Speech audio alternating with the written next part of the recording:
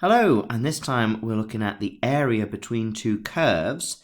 Although actually my diagram has a curve and a straight line, but the way that we solve this is going to be exactly the same, so don't worry about that. If you've got two curves, honestly, it's exactly the same, just you'll put a different formula, a different equation in. So for this video, you do need to know how to do definite integrals.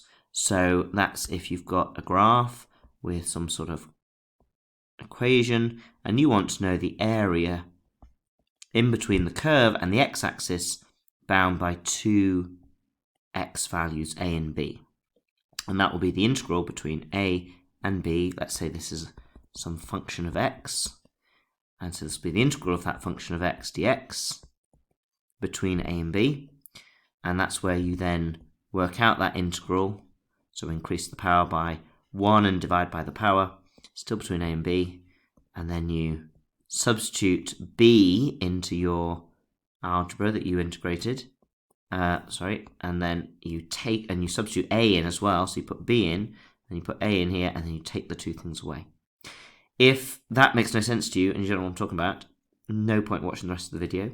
If that does make sense to you and you're happy doing all that, then let's have a go when it's slightly more complicated, not that much more complicated, but when we've got two equations and we want to know this area R in between. Well, there's two methods, and the first method is simply to just do it by subtraction. Just if you work out the integral of one of the equations, so if you do the integral of minus x squared plus 4x, you're going to get that shape. And then if you work out the area underneath the red line, which in this case is just a triangle, so you can just work that out, as long as you know the coordinates, you can work out that area. And then if you take those away, you'll get the area of the bit we want, which is R. Not very well drawn, but there we are. And that's absolutely legitimate. You can do that, no problem. Just work out each little bit of area and then just sort of piece it together. Not a problem whatsoever. But the other method essentially is the same, but you do the subtraction first. So the thing about integrals is the integral of f of x dx minus the integral of g of x dx. This is exactly the same as the one integral of f of x minus g of x dx. So you can either do an integral and then do an integral and take them away, or you can take the equations away and then do the integral.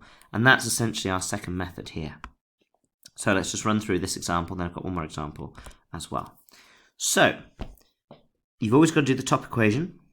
So it's going to be the integral of minus x squared plus 4x, and then we've got to take away the bottom equation, but it's take away the whole thing. So you could take it away in a bracket, or sort of expand the bracket with the takeaway, so minus 4, and then plus x, because we're taking away a minus.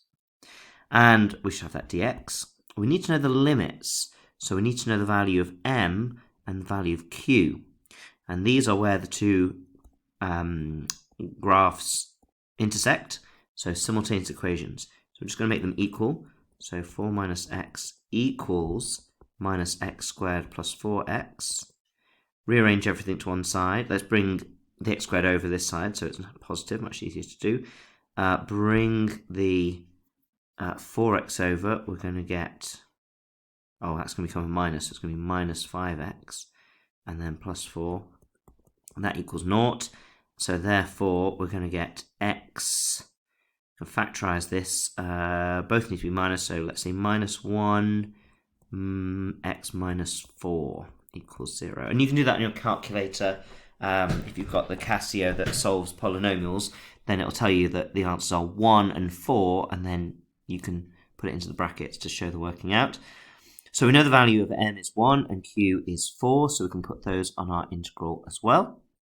And now we'll work it out. So what have we got?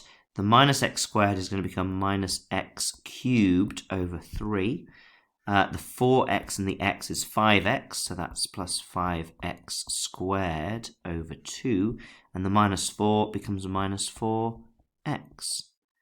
And this is between 1 and 4. So now substitute in the values. So 4 cubed is 64 plus 4 squared, 16 by 5 is 80 over 2 minus 4 times 4, which is 16. And we take away all of minus 1 over 3 plus 5 over 2 minus 4, just substituting 1 in all of those. And then I'm not going to work all that out. Let's get the calculator on the go. Oh, where's it gone? There it is. Right, so let's put all this in and see what we get. So bracket minus 64 over 3 plus 80 over 2 minus 16. Didn't really need the bracket around that bit, but never mind. We do need this bracket unless we're going to expand that minus. And it is minus 1/3 plus 5 over 2 minus 4 equals 9 over 2. So the area R equals 9 over 2. And a really good way to check this is to just put it in the calculator. This is what we originally had. So we've got our integral button. So we can just type it in. We can say minus x squared plus 4x minus, and I'm actually going to put it in a bracket and write it as the question had it, which is 4 minus x. You've just got to remember to put it in the bracket so that you are subtracting that equation and you're not losing your negative signs. And we're going to do that between 1 and 4, and we get our answer of 9 over 2. So that is very pleasing. Likely that we got it right, unlikely that we got it wrong there and in the other question. Well, I've got another example. I just want to show you this one because although it's another straight line, as I say, if it was a curve, you would just subtract a curve and you'd just have squared and cubed terms that you'd be subtracting, absolutely the same method. But this one, it's just got stuff underneath. So you just got to be careful. If you are going to do the work out each bit method, remember you can't just do the area between this point and this point, because all the positive bit of area will be counteracted by that negative bit. So if you are going to do the cut it up method, then you're going to have to work out that value, and you're going to have to say, okay, the area under the black curve is that to there and stop. Then you'd have to do the area between this point and this point under the curve, and actually it wouldn't give you that at all, would it? It would give you that area.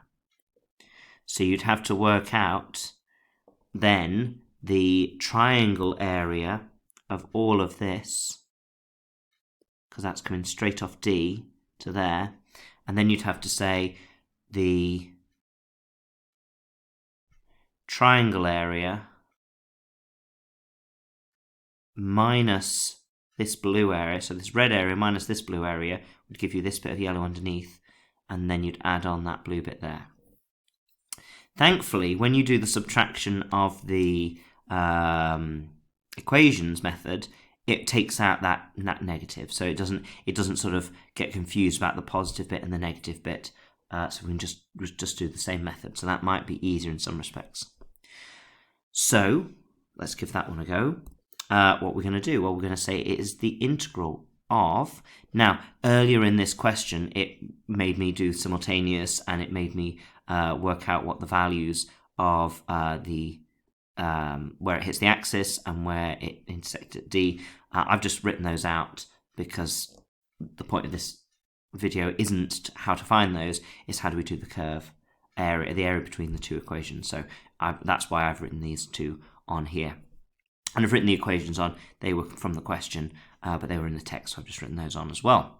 So it's the integral of the top curve, which now, look, they've put a sneaky 3 on this, trying to catch us out. So this is minus x cubed over 3 minus 2x squared over 3 plus 16x over 3 plus 32 over 3 minus, and this is written not in the right way either, so this should be y equals minus 3x minus 6. So, of course, we're minusing that. So if we're taking away the whole of that, it's essentially like adding 3x and adding 6. That's next. Right, so we need to tidy this up and get some bits together. Oh, sorry, and this is between -2 and 5. Okay, so now we need to tidy it up, and we can do that. That's a +6, not a 16. My terrible handwriting getting me confused. So, cubed, that's the only one we've got. So the integral between -2 and 5 of -x cubed over 3, that's not changed. It's only that x squared, so 2/3 x squared. Now, here we go. We've got 16/3 x, and if we make this 9/3, which is the same as 3, then that gives us 25/3 x. And here we've got 32/3. 6/3 is gonna, 6 is the same as 18/3. So if we add that on, 32 becomes 40/50 plus 50/3. Okay, now what we can actually do when you've got this same number in all of them, we actually factorize this out. Probably could have done this before, but we can say this is the same as 1/3 of the integral of just this. Just makes my life easier, so I'm not writing out thirds all the time. Right, let's do it. 1/3 of. Now we've got to integrate. Oh, we should have put a dx here, of course. You didn't forget that, I'm sure. So 1/3 of, and then we're going to integrate this. So increase the power to 4 and divide by the power. Increase the power and divide by the power. Increase the power and divide by the power. Increase the power and divide by 1. Doesn't do anything. And this is between -2 and 5. Crumbs. Okay, so now we've got to put 5 in all of this and keep track of everything. Right, calculator time, I think. Now, I suppose you ought to write down, you ought to actually substitute it in and write it all down for the working out stage. But let's just put it straight in the calculator. So 1/3 bracket of -5 to the power of 4 over 4 -2 times 5 cubed over 3 plus 25 times 5 squared over 2 plus 50 times 5, close bracket, minus 1/3 again, because we've got that third out of the front, bracket. Now we've got to put the -2 in, but so I'm just going to be careful with our powers. So it's going to be, put the bracket on properly. So it's going to be minus, so x to the 4 minus 2 to the 4 is going to get rid of the minus. So it's just 2 to the power of 4 over 4 minus 2 times, now this time x cubed is going to give us a minus, isn't it? Because it's going to be -2 times -2 times -2, that's minus. So we're actually going to delete that back, change it to a plus 2 times 2 cubed. I could work some of these bits out, but never mind. Just being lazy, I suppose. And that's over 3. And then plus, and now the squared is going to get rid of the minus, so it's just going to be 25 times 2 squared over 2. Whoa, what happened there? Oh, I didn't need to press the right arrow, that's why, because it was squared. Over 2, almost there, and then minus, because it's going to be a minus number times 50, 50 times 2. Close the bracket, and our answer is 123.86. Crumbs, that took quite a while, but let's see if we got it right, or not right necessarily, but let's see if it agrees with us when we type it in to our integral.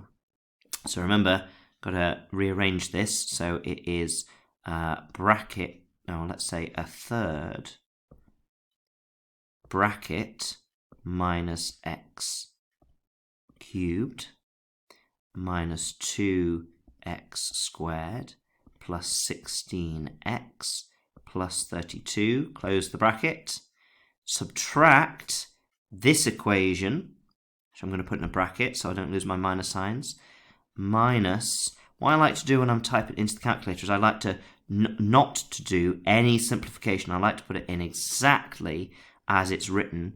Obviously I have to rearrange these, but I'm not going to try and get rid of the minus signs. I'm just going to put everything in brackets, because if I do something, there's a chance I'll do it wrong. And this is between b, which is minus 2, and d, which is 5, and, oh, that looks good. Yes, there we go. 1, 2, 3, 8, 6, which exactly I had. Might not be right, but the fact that I've done it manually and I've done the calculator and got the same answer is promising. If I didn't get the right answer there, it's going to be something like you've missed up a minus sign, you've typed into the calculator, maybe here you've written 25 times minus 2 squared, forgetting that the calculator will do 2 squared and then it will make it minus 4. So it might be how you've written it into the calculator has gone wrong, or maybe you forgot about a third somewhere. So there's lots of places where your numeracy can go wrong. It's, you know, lots of little calculations forming these big ones. And so if it doesn't match up, you've got to proofread it very carefully. The fact they match up fills me with confidence. And that is how we do the area between two equations. And as I say, if that had been a two curves, exactly the same method. Let's just make a bit of space. You would have just had a curve there and a curve there, and whatever this top one is, y equals f of x, and this one is y equals g of x.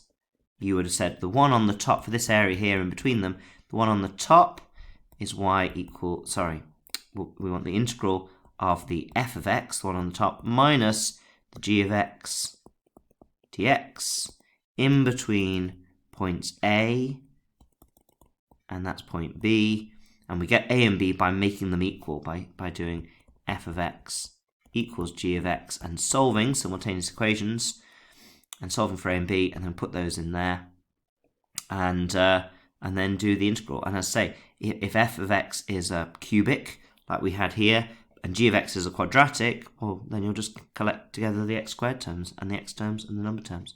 Absolutely the same. Quite a complicated thing there. If you have any questions, you can pop them in the comments. But ta-ra for now.